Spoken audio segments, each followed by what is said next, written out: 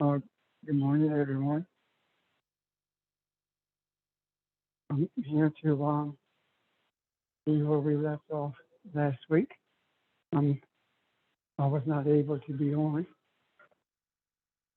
so I'm not sure where we left off, and I would appreciate if you have any questions, not only about what you discussed last week, but about anything for that matter.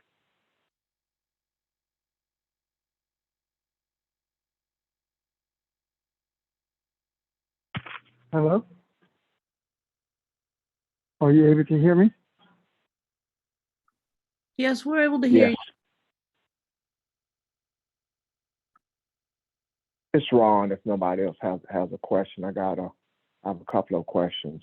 Uh, I do know under something just came to me. As also, I had to call Miss Barbara earlier and ask her what we talked about last Saturday.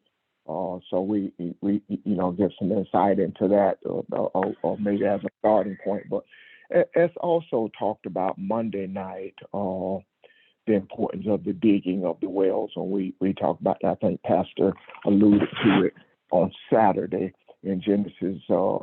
I went to Genesis 26, starting verse 18, when Isaac had it was asked to leave the area by Amalek, I think his name's pronounced, and he left and goes and digs the well that his father had dug, and the men made him leave. They quarreled with him, and he dug another well and asked him to leave. So he ended up leaving the area and digging a third well.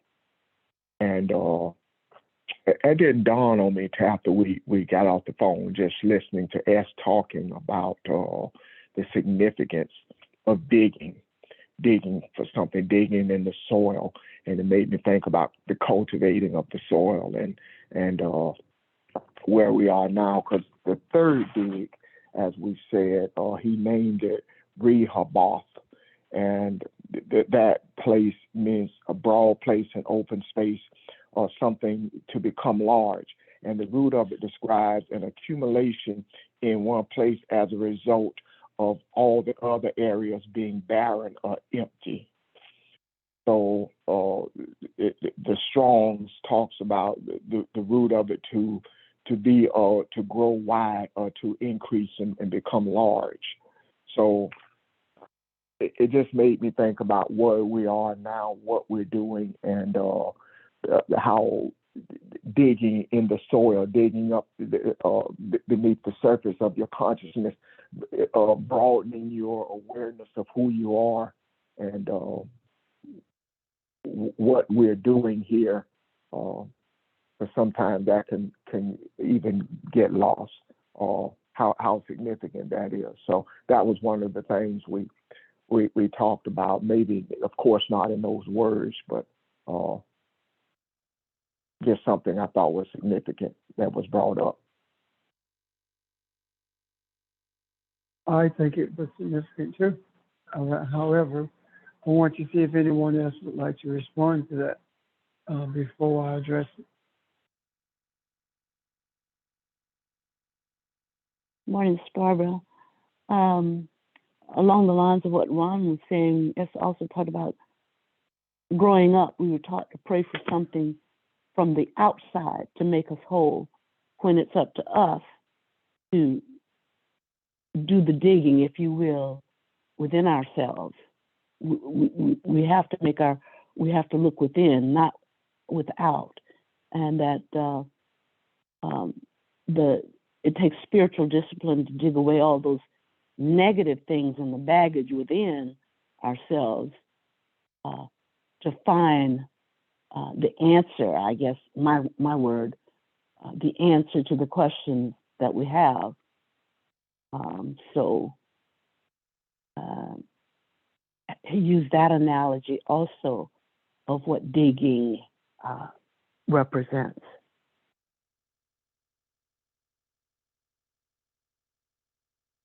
Anyone else? Or were you finished, Bob? Well, good Go ahead. morning, everyone. Go ahead, Miss Barbara. Forgive me. Did somebody ask a question about what I just said? No, I asked if you were finished. Yes, sir. Thank you. Okay. George? Well, one of the things I wanted. Good morning, everyone. Forgive me. One of the things I wanted to say about a well is the preventive maintenance of a well. And if you look at it metaphorically, people will use your well when your well is well. People are going to use my well when my well is well. And it's the upkeep of the well. Some people would put bleach in the well. Some people would put salt in the well. Those are two methods that I know of personally, because there was a well on the farm. And it's interesting that when you drop that bucket in, there's a certain way that that bucket is designed to retrieve water. You just drop that bucket down, you ain't gonna get no water. But it's a weight at the bottom that it hits the water, pulls the water up. So when you look at the well metaphorically, Ron talked about one time a young lady at work came to him for some advice. That's going to happen when your well is well. Did that young lady see Ron dig that well? Maybe, maybe not. Did she see him do the upkeep of that well? Maybe, maybe not. So if you just look at the well from a metaphoric standpoint, all of us are wells that someone is going to use my well, and I'm grateful for it because I've used other people's well. And every well that I've been to, that water been cool and been good for me. And I hope whatever well that I've given this to someone, it has been just as good for them also. So that's all I had to say about a well. Thank you. Anyone else? What happens when that well is contaminated? What he was saying about what they do to their well. Well, we had one on my grandmother's, and physically, when we dropped the bucket in, we would get dead animals and things like cats and different little insects be down in the well, so it's contaminated. So what happens when somebody's well is contaminated? It's such as leadership. When leadership, we know that people are drawing from a. Might say something. No, go ahead. Okay, somebody, and you know that what's coming from their mouth is contaminating the congregation, but there's no change. You answered your own question. The contamination is religion. And this is the thing. Do you keep drinking the contaminated water when you know that it's contaminated? And as far as those who contaminate the water are concerned, they have a choice to change, but we can't change them. As Barbara said earlier, it's an internal thing when it comes to change, when it comes to living well. Excuse me, So, Pastor. yeah. Say, I need you to speak up. Uh-huh. I need you to speak up. Oh, okay. Thanks. Okay. I'm in an open area. I'm sorry. Okay. When the water is contaminated, when religion is infused into your soul, or the attempt made to infuse into your soul, that's all you know. However, when you know better, the question is, what do you do about it? Knowing that the water is contaminated. Now, as far as the other people around you whose water is contaminated, all you can do is give the right answers to that question. All you can do is desire for them to have their eye open so they can see what truth is. If they don't do that, then that's on them. There's nothing you can do to change them other than be who you are. the greater question one of the greatest questions that you could ever ask in regards to digging deep into your consciousness is who are we? And when that question is answered, then the answer to many questions begin to come. Pastor, I'm But sorry. when you find, Pastor, I'm sorry. What was the question again? You said the greatest question you can ask is what now? who are we? Okay. And when Okay, that I'm sorry. question, that's okay. And when that question is answered, then we begin to see that the answer to all of our questions came when we found the answer to who are we. That's where the difference is made. Now, when we embrace the essence of who we are, the reality of who we were created to be, that in itself brings all the answers along with it. And the only thing that we have been doing since we have embraced the idea of who we were created to be is when will the change come? Keep in mind, we have exposed. As we found out who we were, we did not ask the question, what needs to be changed. We were shown what needs to be changed. We did not ask the question of whether or not racism needs to be changed. We knew it did because we could see it. So when we talk about the well being dug in a place where people congregate, excuse me, and the lands outside of it are barren, what we are actually saying is that when a group of people come together, digging the well within, that's the congregation, or that's the coming together of those who are on the same page in search of balance.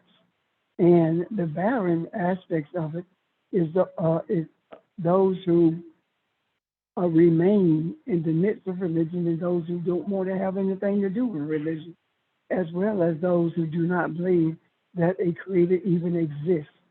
That's where the barrenness is. And the deeper we dig, the more light we bring, or the more water we bring into our well. The weight of the bucket that that brings about the enlightenment, brings the water from the well, the weight of the bucket is necessary, because without the weight, the bucket remains empty. And the weight of what we carry in terms of the circumstances that we face, the trials that we go through, are the weights that's on that bucket that brings us light, that brings us water, that quenches our thirst.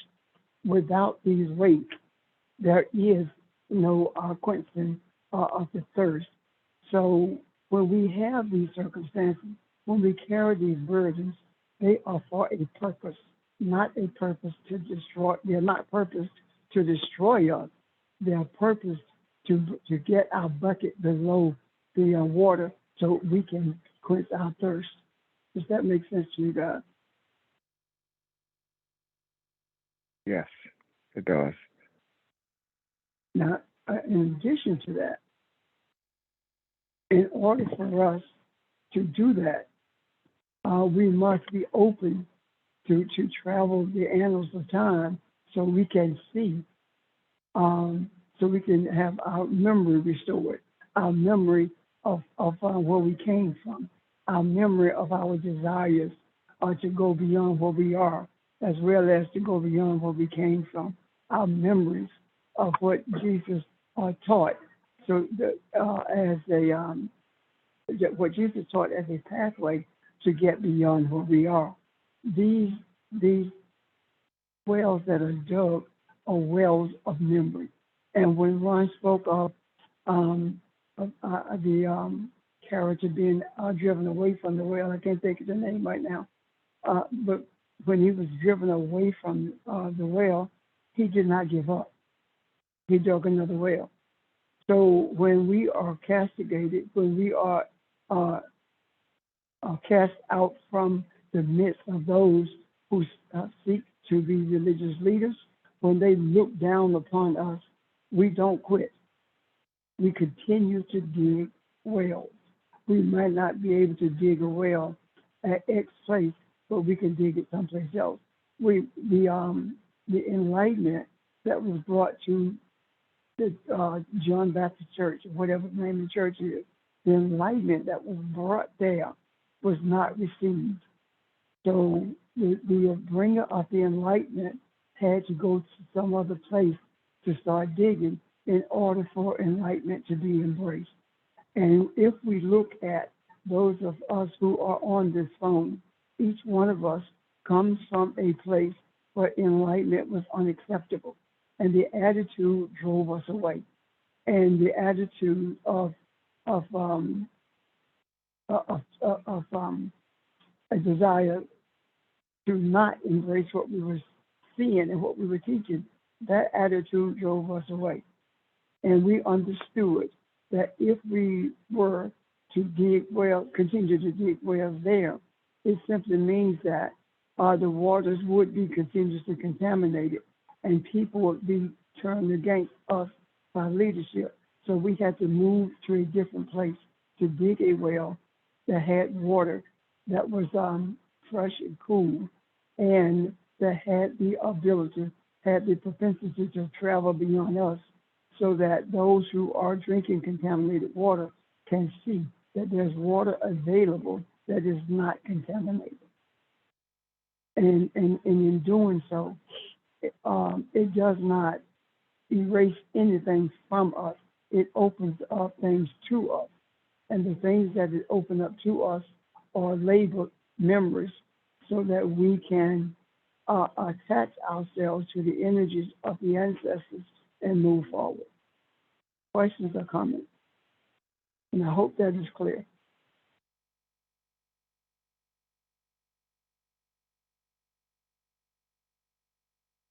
No questions, no comments.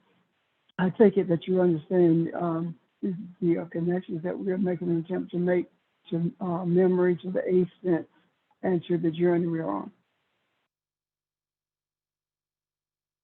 Yes. I do have a couple other, and I kind of asked them, and I got excited about that one, and I asked it wrong. I should have asked this one first. I want to go back to something that happened this week. You sent out a text message to me from an article that talked about the awards, the Academy Awards the other night. And in the message, the thing I got that I saw was the monologue that Chris Rock did, and with him talking about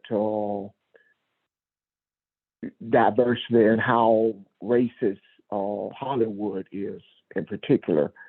But two things that I saw there was, one, it was really just talking about America as a whole, or the world as a whole. And, you know, even though it just said Hollywood, of course, is what he was addressing. The other thing I saw was the producers gave him the green light to do what he did. And his monologue was not something that he was kind of light-footed about. He really kind of laid it on. And I thought that was very significant. However, the events that took place later in the show, the physical altercation, kind of canceled all that out. And I wanted you to speak to that, because I think what he said needs to be reinstated. And I'm talking from a spiritual perspective here, because I think it was that important of what he said. So what do you see in that? And what just enlighten us as to what he said, why it's significant, and anyway, just take it from there, if you will. Sure. First of all, when I read what Chris Rock's monologue entailed, the first thing came to my mind was that the slap is not important, as people think it is. The slap was a cover-up. The slap was something presented in order to shift our focus, to be a distraction. Would you mute your phone, please?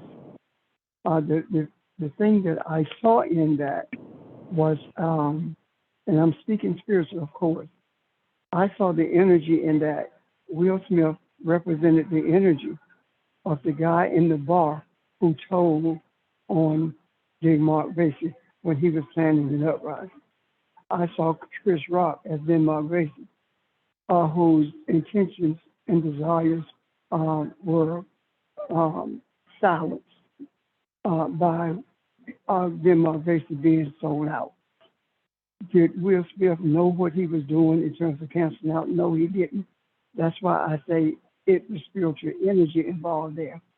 And I do not believe that we should focus on the slap, whether it was right or wrong, but focus on the energy and the impediment that the slap brought to an understanding of what Chris Rock was talking about. As Ron stated, he spoke about Hollywood, but it's truly America. And if you look at Hollywood, Hollywood depicts America in so many ways, be it racist or be it an attempt to uncover racism. So it does indeed represent America and the world at large. I also see in all of this an opportunity for us to be more cognizant of what's behind the scene, spiritual scene of what's taking place physically. And this was an opportunity, or this was given to us so that we would be more cognizant of what was taking place in the physical. In the end results of what happened was, as Ron said, a silencing of the monologue. However, we are at this moment reinstating this monologue. We are making it loud and clear of what Chris Rock actually said. We are making it loud and clear that Denmark Basie will not be silenced, not twice, not this time. The energy of the ancestors demand that we speak volumes and we speak loudly about what has taken place. And when I say speak loudly about it and speak volumes of it, I'm not talking about necessarily speaking it audibly, but I am talking about speaking it spiritually. And the way we do it spiritually is by embracing what Chris Rock said and addressing it when the idea of the slap comes up, pointing people to what he said as opposed to what happened to him. Does that make sense?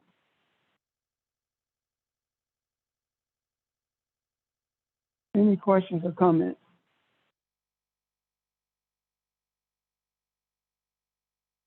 No, thank you.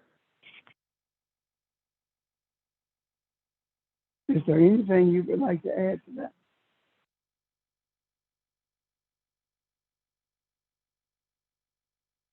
I just thought it was important to, after reading that article, reinstate the purpose and importance of the things that happened up until that point.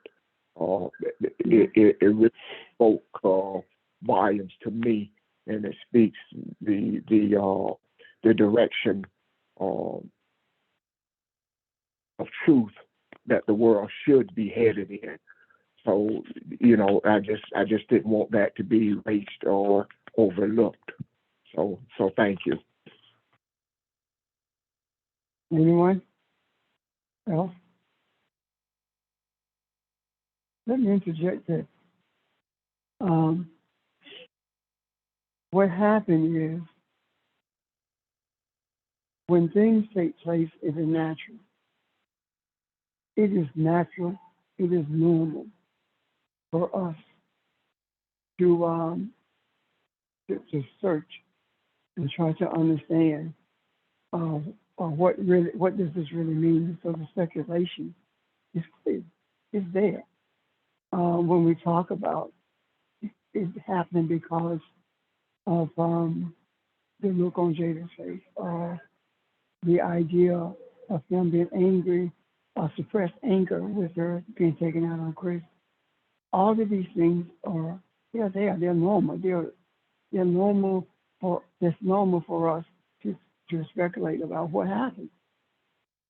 Yet the deeper part of it is that it's a message that Chris Rock was sending to the world.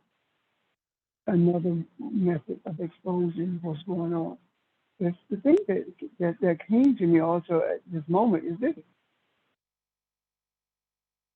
Regardless of how much we talk about the wars that are against feminine energy and the wars that are against those of the sexual orientation,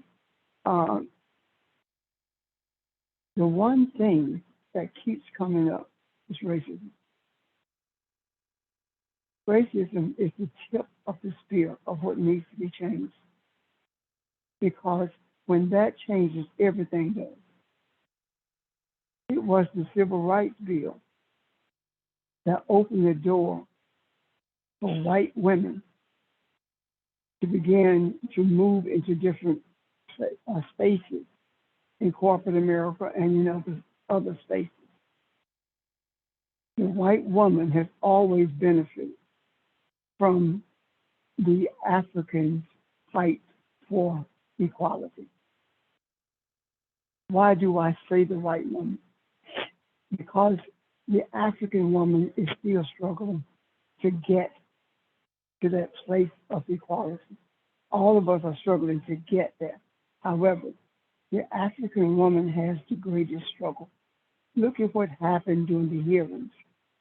One of the most qualified, one of the most accomplished people to ever sit on the Supreme Court, or be nominated to sit on the Supreme Court, was ridiculed. There was an attempt to ridicule her by ignorant men, white men, who knew nothing about what they were asking and knew nothing.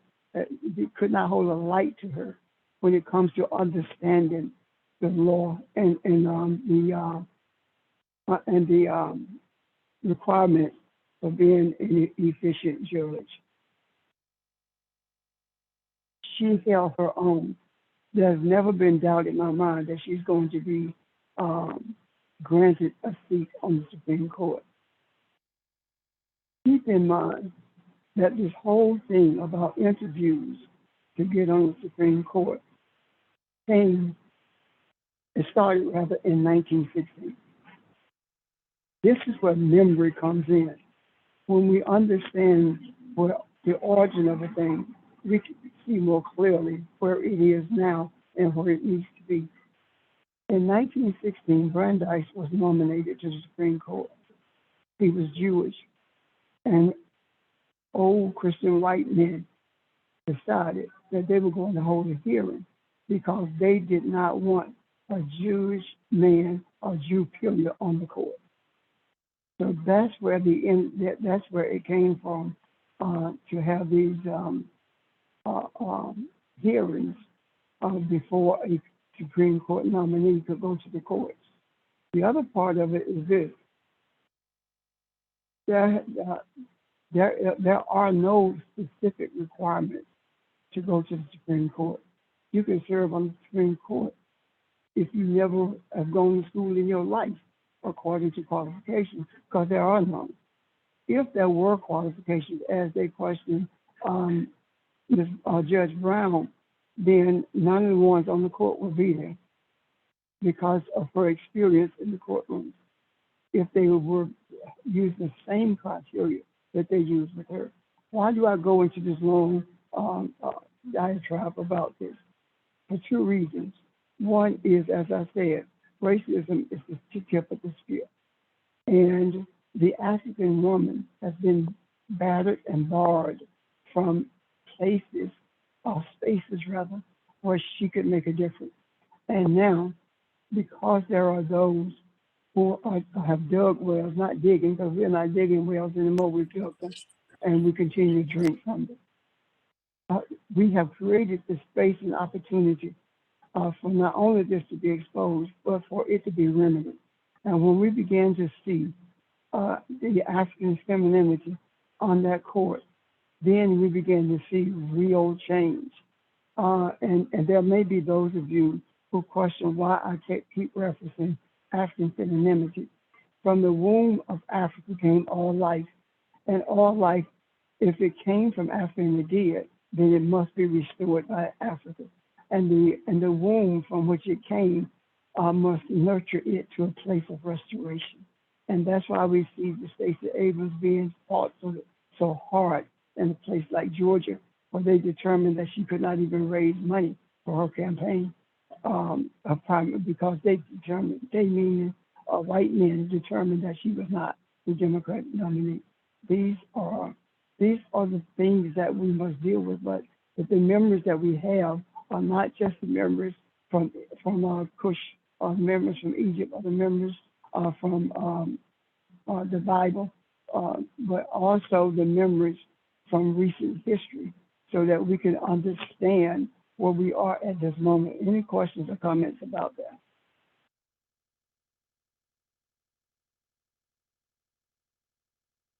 Pastor, I do remember something, the part that I forgot to say, and you've pretty much addressed it already.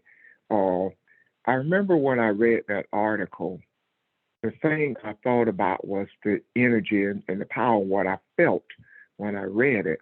And I thought, only an African can erase this. A white man couldn't have done that. An African had to do it. It was that powerful. So I was surprised that, I guess, Will allowed himself to be, from a human perspective, if he really felt his wife was being offended, I understand what he did, but I'm not trying to talk about that. I guess I'm surprised that he didn't see the bigger picture if he sat there and heard the monologue and felt the energy from that he allowed himself to be caught up in that. That's the only thing that kind of surprised me. I just looking at it from that perspective, it just, but nobody else could have done. I agree with you. A white man could not have done that. Why? Because if a white man had slapped Chris, then the monologue would have not only been made public, more public than it is now, but it would have become the main attraction. This is Vermel. I want to add something to what we're talking about right now and see if that has an impact on it. Could it be that Will Smith was upset and Jada was upset because a couple of years before, Jada had brought up about boycotting? Yeah. Could that be? Well, Black that women. could be on a human level, it's possible. But what I have done is move beyond the human level of speculation and made every effort to see the big picture, the spiritual picture. Okay, so in the spiritual picture, you were just talking about Black women bringing about the change. So did she facilitate that change, being the Black woman who brought that issue to the public? She's the Black woman, the energy. And I don't want to use these names, Chris, Will, Jada, because this is not what this is about. This is about energy. Okay. This is the same energy. This is the same energy that whispered to the slave master, about the uprising that was coming, or what they were talking about uh, in the huts that they lived in the slave quarters that they lived in. It's the same energy that says to the man who lives in the slave quarters and his wife working in the house, saying to the man, uh, "I hear what you're saying, but we can't do this because they go kill master, or that master go hurt us if we leave." Same energy. Why? That energy was given to a male in the ear rather, and that energy was given to the master, and the master hung the motivation, hung the ones who were planning the uprising. Does that make sense to you? Can you see the correlation there? If anybody can see it clearer or help me explain what I'm trying to, please do so.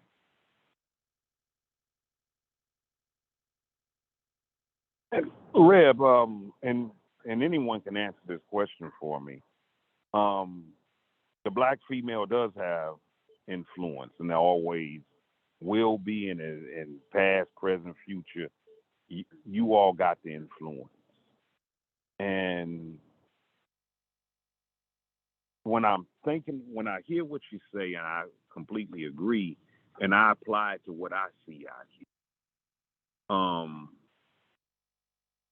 When you look at marketing and you look at alcohol, cigarettes, how they use the female to market that. I don't know too many women that drink Slit Small Liquor Bull, but it's a female in that marketing ad that's drinking that thing. So, when I look at it, the European has always wanted the black female on his side. And I think because if you have the black female on your side, how they go is how we go. So is that fair to say, Reverend Richard, and not the Reverend Richard, to anyone, is that fair to say, or is that not fair to say? Anyone want to address that before I do?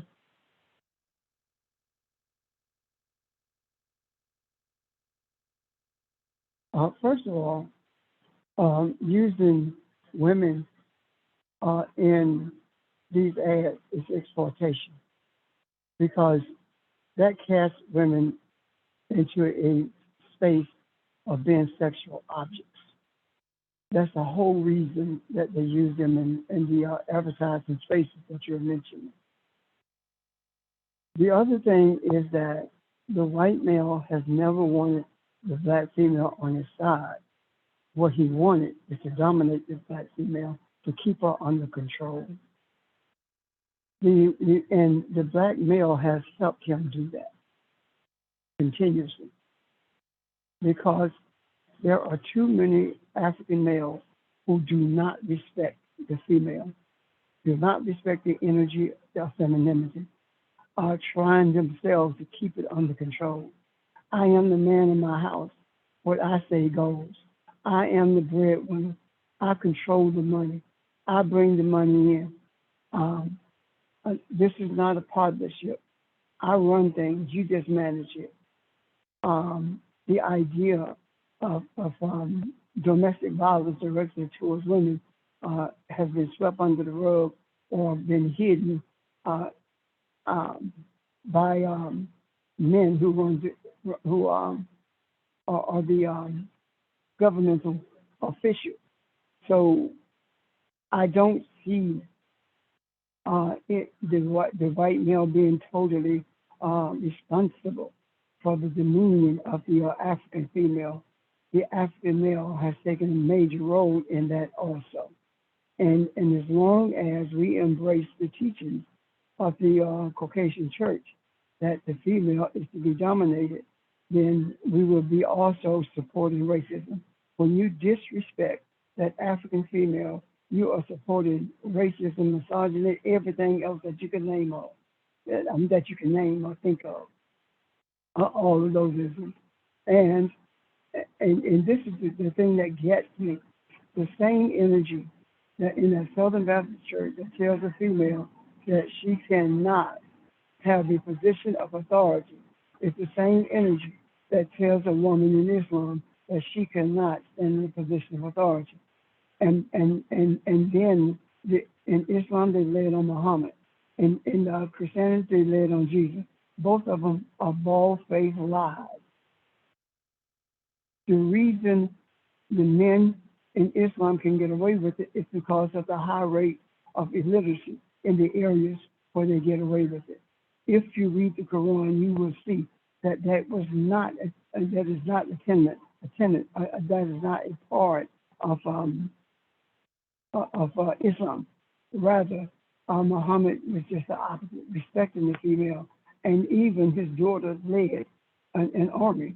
So what we're seeing is that when we dig deep, we begin to see the truth of things. We begin to see ourselves. We begin to see the importance of embracing the strength of femininity. We begin to see the power in embracing the ideal of the need for the African male to change his attitude and become one who actually follows the influential nature of the African female. Because if it were not for the African female, there would be no life on earth. Keep in mind, if all life came from the African female womb of Africa, so did that male. So the male is being rebellious against the womb that birthed it. When the African man especially is being rebellious against the womb that birthed it, when it disrespects femininity. And when we disrespect femininity, when you get pushed in a corner, you come out. And then when females begin to exert themselves and say no more, I'm not taking this, what do? Angry black woman or women trying to be men. I never shall forget. We were sitting in a meeting back in the day at Federal City College, and in that meeting were Panthers, people representative the Black Panthers, and us, the African Liberation Front, and many other representatives. And the women who were there with the Panthers had to, if they had a question, they had to tell their man and let him raise the question. And we rejected that then, did not understand the reason we were rejecting it, but now I do understand the reason we were rejecting that, and we ended the meeting because of that. So what I'm saying is this: throughout the civil rights movement, there has been a fight for rights for the African woman in the midst of all of it, and we are still at that place. But now we are coming out on the other side by virtue of seeing the likes of Judge Brown and Stacey Abrams. They are representative of many others whose names we don't know, but they are birthing balance into this earth. It's a fight, but they're doing it. And we as African males must support them every step of the way, even if we don't understand it, because this is the way that spirituality works. Questions, comments? And I hope that helped you, George.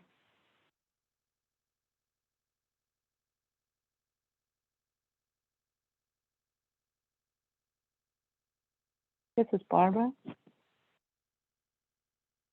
Yeah. I was waiting to see if George would come on. This is Barbara. We've been talking about wells and digging and things like that. And I've been referring to a book that I have called The Inner Meaning of the Hebrew Letters, which speak to what we've been talking about. The 16th letter is Ayin, which represents insight and consciousness. And so in order to get a perspective of what that means, you usually just examine words with that letter in it, whether it's at the front of the word or the back of the word or whatever. But one of the things that this says is that it talks about this letter being the end of being the last letter in a three-letter word, which means a fountain, spring, and then it reminds us that a fountain is, below is subterranean. It's below the level of what you see on top of the soil. It's underneath. And the other thing about a fountain is it feeds oceans and rivers, but we don't see that. We see only the well itself that we dug physically, but this well, the water comes from the subterranean reservoir, the sources underneath. That's where that water comes from that fills the well. But it's the very same water that it, and I'm trying not to be overly abstract. It's the very same water that flows underneath the earth that feeds the oceans and the rivers. So the other thing about this letter, Ayin, is it can mean things from like consider, think the matter over, peruse, weigh carefully, reflect, study, meditate, be balanced. It can mean all of those things.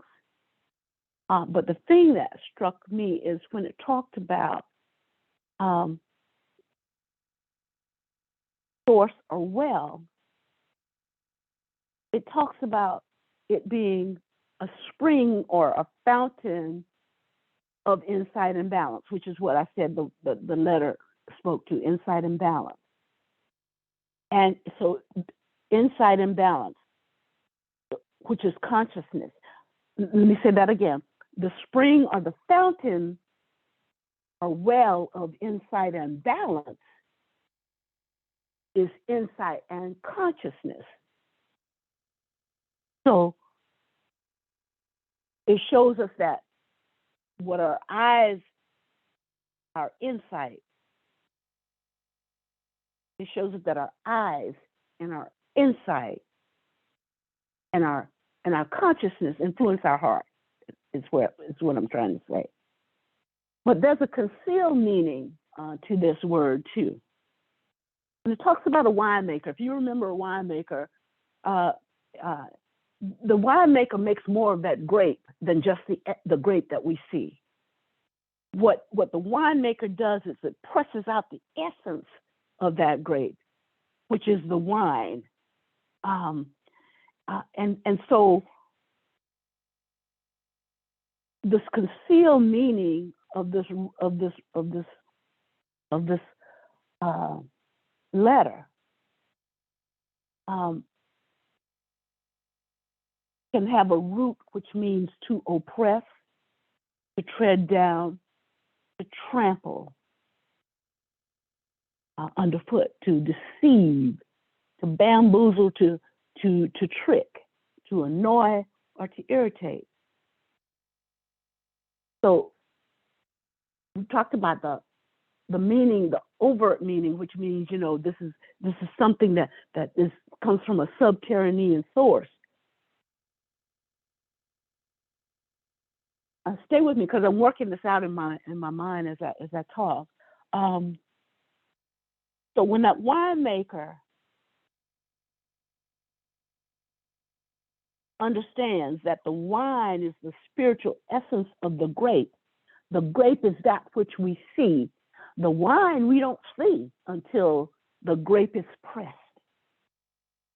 So when the winemaker, and we are the winemakers, guys, which is what you were saying, Pastor, when you talk about the slap and what it was hiding, what we saw was the grape, the wine, the slap.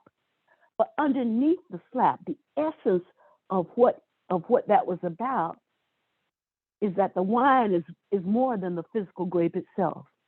So I said all of this to say that we have to always be conscious of spirituality, even behind the physical.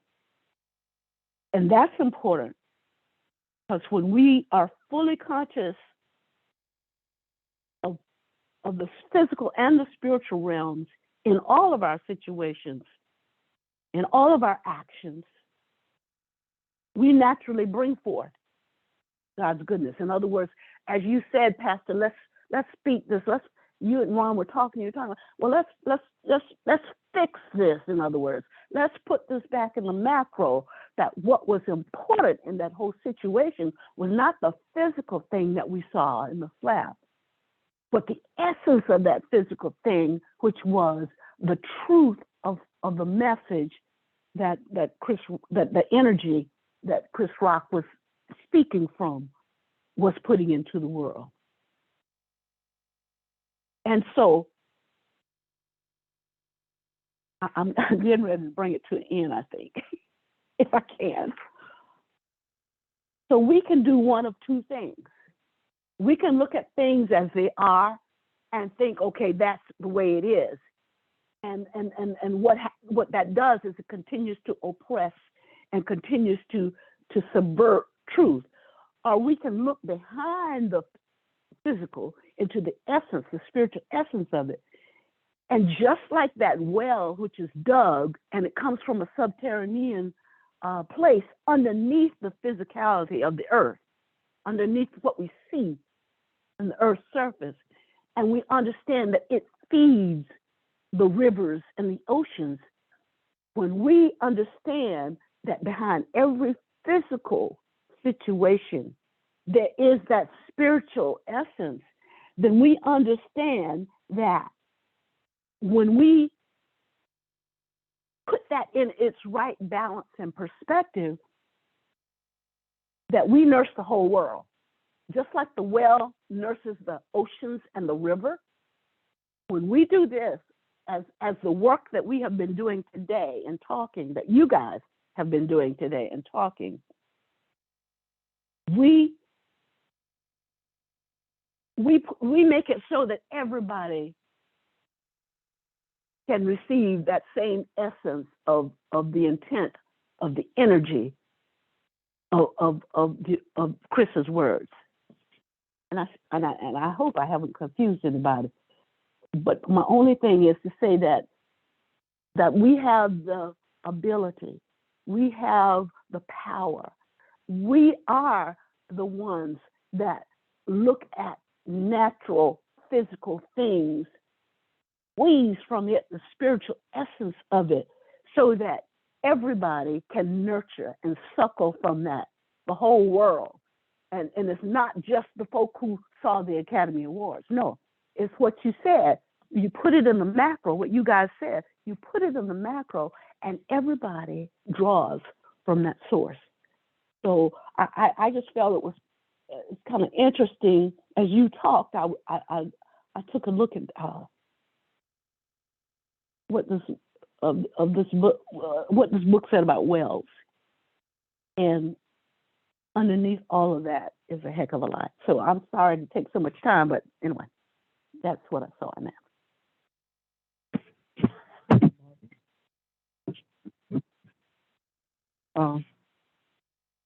Don't apologize for explaining what you did, because we need it. Okay?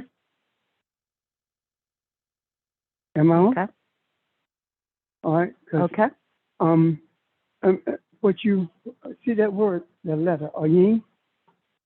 That's the word that speaks to I, and I-E-Y-E. Exactly. So what you see with your eye, all your eyes, you determine what it is. You determine what you are looking for. Just like a yin can be devastating, as well as inspiring. That's how we deal with our eye. If you are looking for enlightenment, you're searching with your eye. If you are looking for what you see with your eyes, you find what you think it ought to be or what you've been told it should be, or you fall in line with the majority in your presence. Not necessarily the majority of the people, but the majority in your environment. However, looking with the eye, you dig deeper. And when you are digging deeper with the eye and questions come to you, you embrace those questions with answers. If you are looking deeper with eyes and questions come, you say God does not intend for us to understand everything, which is a deflection and a message that says, I am ignorant of the thing that I'm talking about, as opposed to saying, I don't know, but I will find out. Make sense? Yes. Questions, anyone? Comments? The spiritualness of that is so deep, though. I'm listening to what you and Barbara are saying. The eye and the eyes are really a metaphor for how you understand and how you process things and what actions you take. It gets back to the root of the situation, and this is an example, but it can be for anything.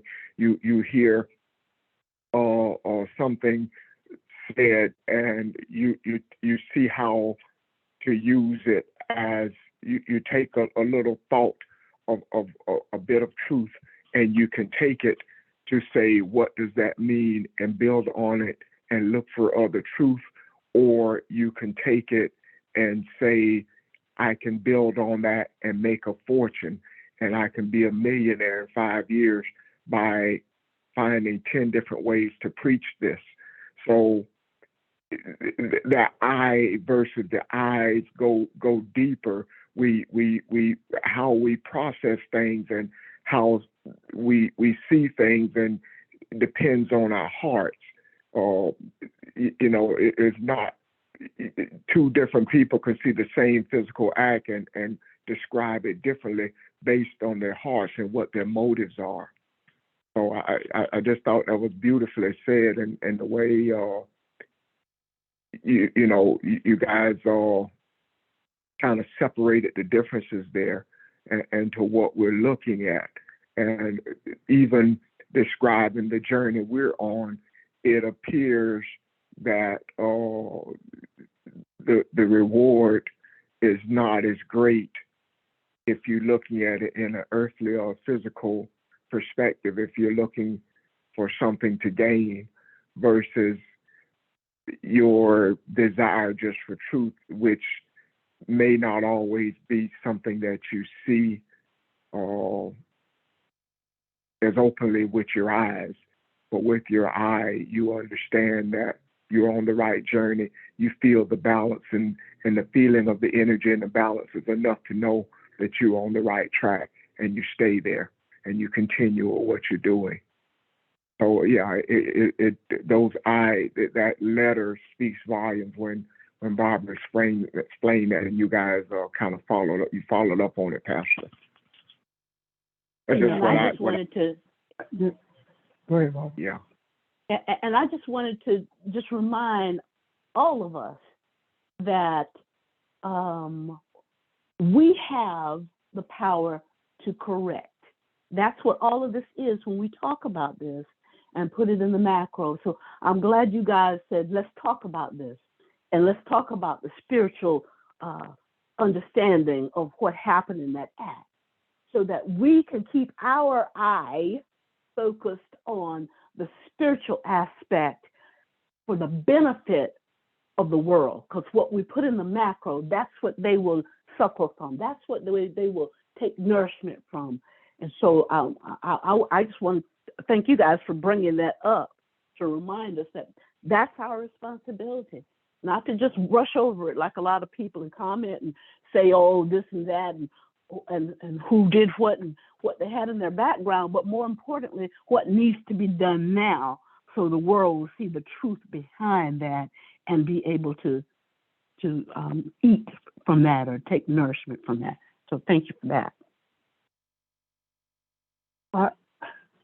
You are welcome, but I think something else, Bob. or everyone for that matter. I think that this could very well have been a message to us in that speculation comes from what you see with your eyes. The truth comes from what you see with your eyes. However, if you allow your eye to dominate your eyes, what you see with your eye will interpret it. What you see the action with your eyes, and let's not be quick to speculate. Let's be still and allow the eye to transfer it. And when you talk about the beauty, that there's more power, there's more to be received from beneath. Eyes have not seen, ears have not heard what the Creator has in store for man. This, the scripture is saying that you have not dug deep enough in order for you to see what's in store for you. And the depth to which we have dug, we have begun to see the glory. We have begun to see the balance. We have begun to see what life looks like, what the source of life is. All of these things are being shown to us. And all of these things are necessary for us to continue this journey that we're on. But we must, in doing this, never forget that the eye is far more powerful than the eyes. And when they are together, there is no power that can escape being, there is nothing rather that can escape being seen, being understood, being transformed. Thank you. Anyone else? Oh, by the way, we're all over the eighth sense. That's what we're talking about. A combination of eye and eyes is the eighth sense. That's what it amounts to. Any questions about that or anything else?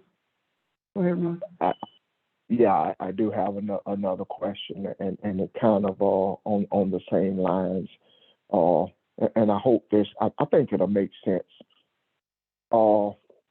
I want to, just for sake of this discussion, look at the African American as different or separated from the rest of the world. The African American was a people taken out of a land. And I looked at this. I had a week this week where I didn't have a lot to do at work, so it left me time to ponder and think. So that's where these questions come from, y'all. But one of the things was S kept talking about Melchizedek and the fact that he had no origin. And I look at that show. There's a show that comes on PBS, Tracing Your Roots or Finding Your Roots.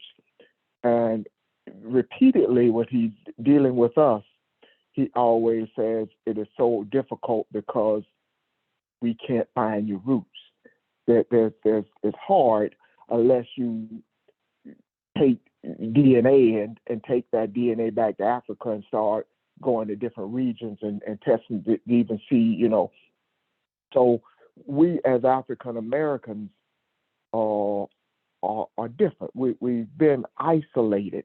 We've been cut off. And the truth of the matter is we don't have a home. But when you look at it, it shows that we are a part of two different opposing worlds. One that we have been forced into and one that we came from. So, and if you see it differently, let's talk about it. But I just want to talk about that the isolation of the African American specifically, and it has forced us on a journey. It forced us to search, and some of us have settled and not worried about the search, but some of us have wondered about the what ifs or the suppositions of who am I and what does it mean my being here. So can we talk about that, Pastor? Do you see the spiritual side of that? Or, I do. Yeah, because I think that's important, and it kind of goes along with some of the things that have already been said. I do see it. This is Barbara. Oh yeah, I'm go getting ahead. I'm getting ready to go into a meeting, so I wanted to let you know that in case Okay. I didn't say anything. I'm signing off. Thank you. Okay, babe. Have a good one. Thank you.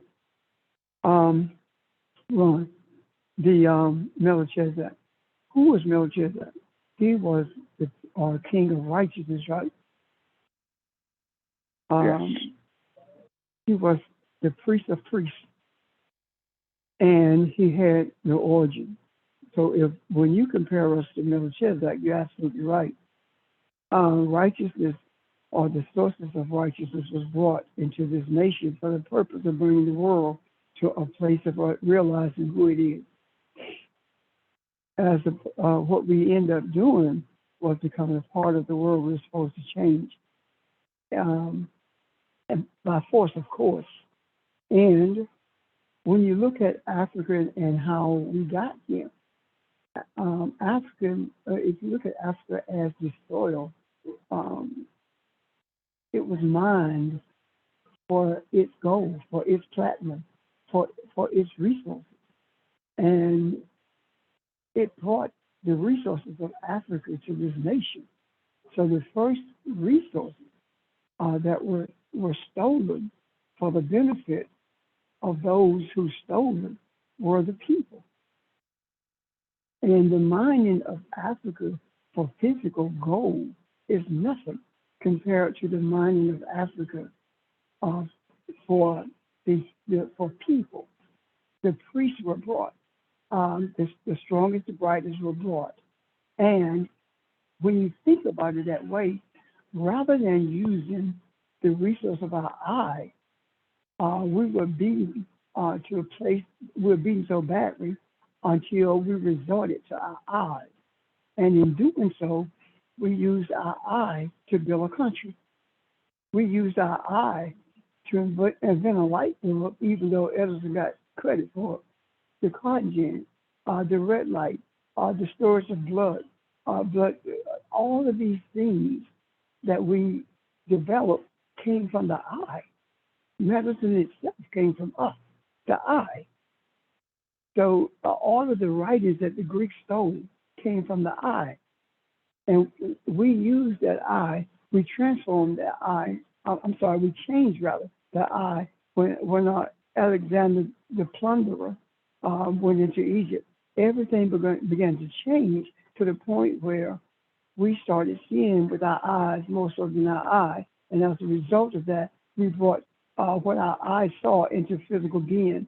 And now what we're actually doing is taking on the charge that we had from the beginning to bring balance to this earth. Is that what you were talking about, Ron? Yeah, and when you got into the soil and the consciousness, that's the part I forgot to talk about, the land and the consciousness. What is it we're supposed to dig up? That's what made me think about that, because we are familiar with two different lands. We are have been exposed to something for a purpose, and what is that purpose? So yeah. I just thought that was it. Think about it this way. Moses had to grow up in Pharaoh's house, right? In order for him to understand how to deal with Egypt. Remember? Yes. So we had to come to a place of spiritual maturity in Egypt, in this place, in Pharaoh's land, in order for us to be able to to bring balance. I often talk about the exploits that I've had, all the interactions that I've had with the national governmental officials, and how I'll read the papers or hear a story and I see what's behind it because I understand how the system works, right? Mhm. So how do I understand that? Because I was in the center of global politics. New York is the center of global finance, and Washington, D.C. is the mecca of global politics, and Chicago is the global speculation. So I was in the midst of the political aspects of it while majoring. Actually, one of my majors was economics, so majoring in that gave me insight into the financial as well. So when we look at it from this perspective, we see that we are the descendants or the essence or the energy of Melchizedek, and when it talks about Abraham rendering the tithes to Melchizedek, what does that mean? That means that Melchizedek was honored as the priest, and that honor for being the priest is being restored by virtue of what we are seeing by transitioning from ones who support the suppression of the African woman to ones who are supporting the African woman as she steps into the space that she should have been in all the time. Does that make sense?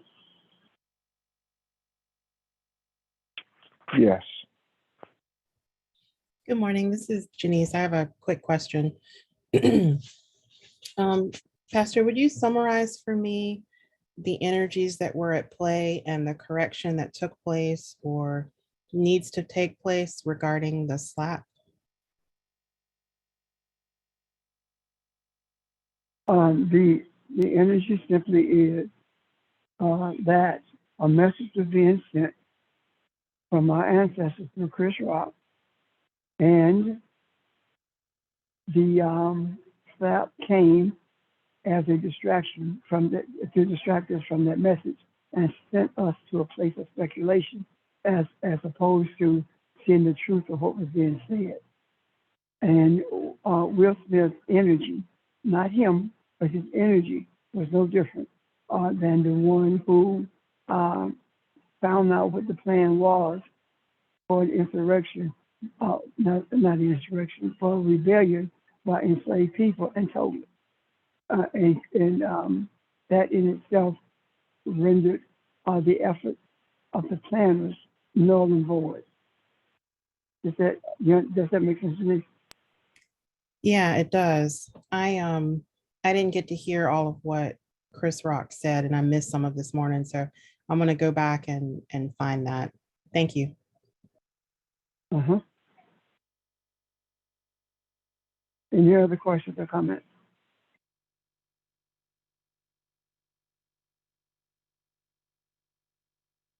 No questions, no comments? Then I have a question. I'm sorry. I was trying to get to the phone. I have a question. This is Mary. There is always that reference to, what happened. Whenever a Black person does something, they talk about the Black race. And we're about the only race or group of people that always group together. They did well for the Black race, or they bringing the right Black race down. Does that have anything to do? Well, we try to be separate, but we're not really. Can you talk about that? Because I know you hear it, and all of us hear it. So, what are they actually saying, and how is that? I'm thinking it's spiritual. I know it is. So, could you help me? Could you explain it a little bit, please?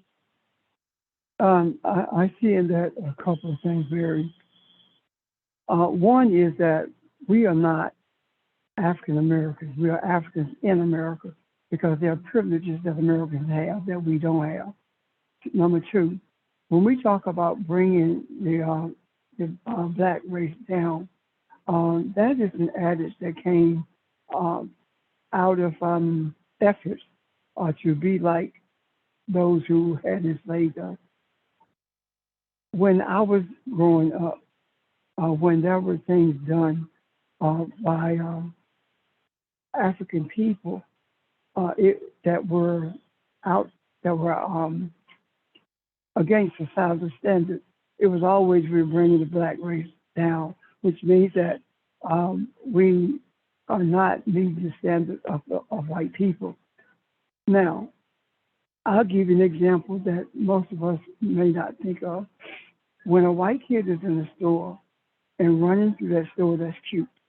When a black kid does the same thing, that's a disturbance.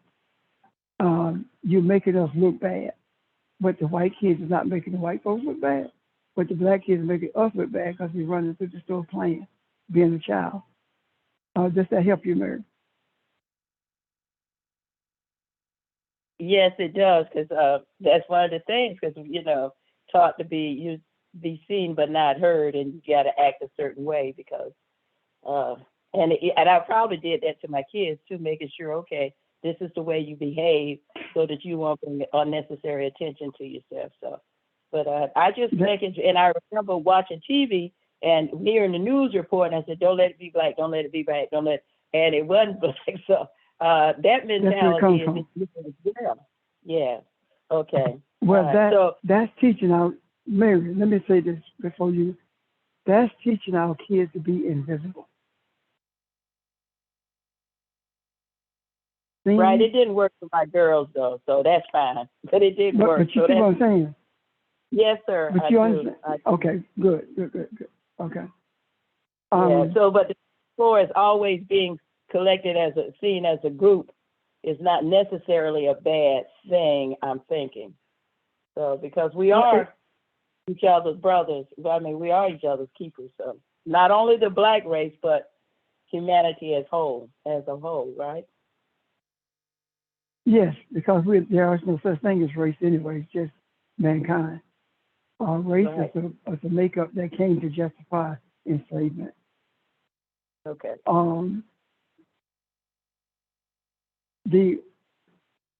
I remember when my girls were young, and we would go shopping at Christmas, always on Christmas Eve.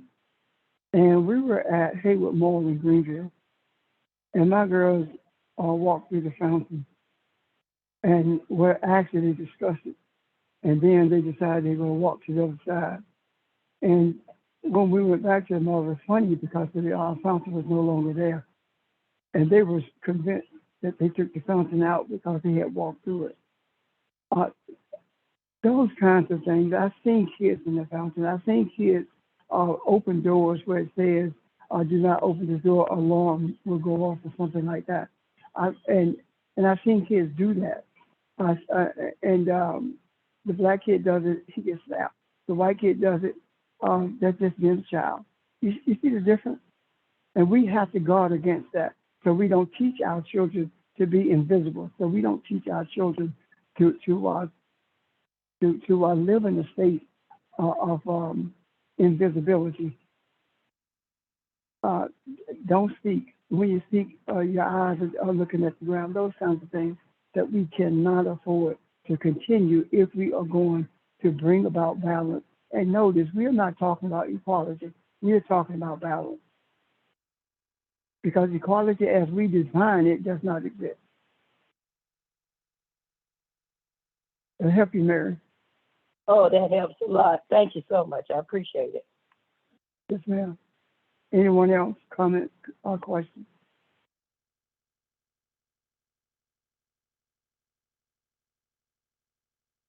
Okay. No comments, no questions. But I thank you guys for the opportunity to be on this morning. And I'm still at the hospital, of course. But I just have opportunity to be on today and hopefully tomorrow as well. I want us to hold on to something. We are no longer in search of the eighth sense. Neither are we neither are we trying to understand it. We are simply unfolding it for everyone else. As long as we, as individuals and collectively, make statements like we are looking for something, we never find it. The moment that we embrace the reality of the eighth sense, we begin to manifest it.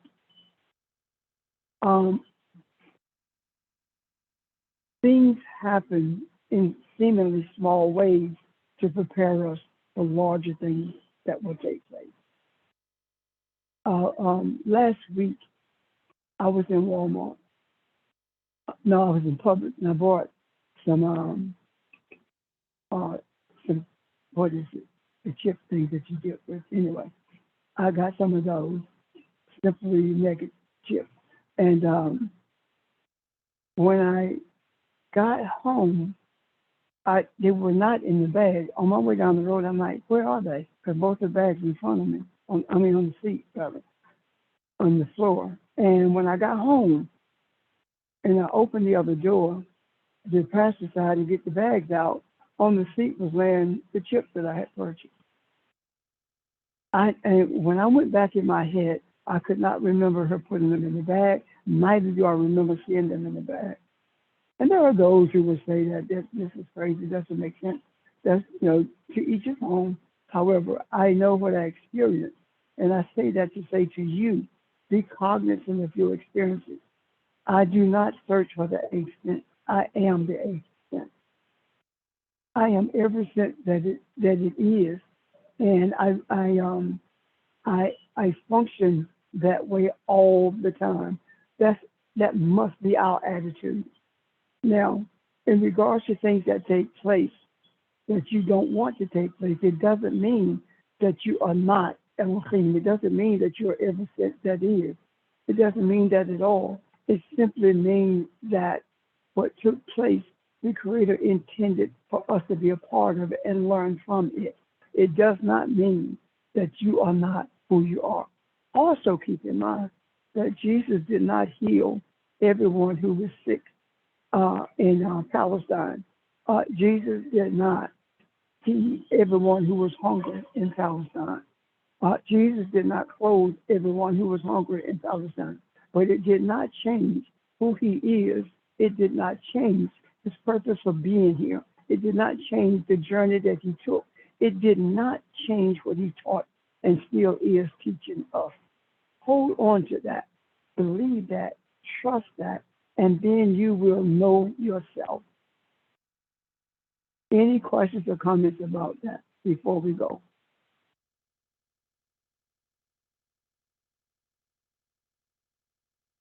Thank you.